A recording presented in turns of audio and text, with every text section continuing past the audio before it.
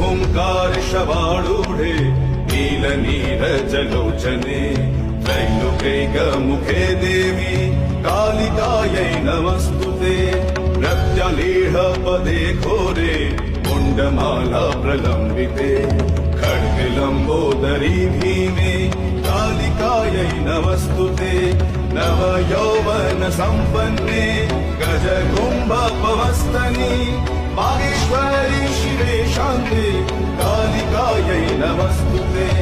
डोलजिह्वे हरालोके नेत्रत्रय विभूषिते घोरभाष्वत्करे देवी कालिकायै नमस्तुते ॐ हुंकार शवाळूढे नीलनीरजलोचने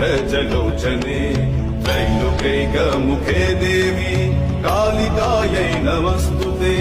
प्रत्यलीढपदे घोरे मुण्डमाला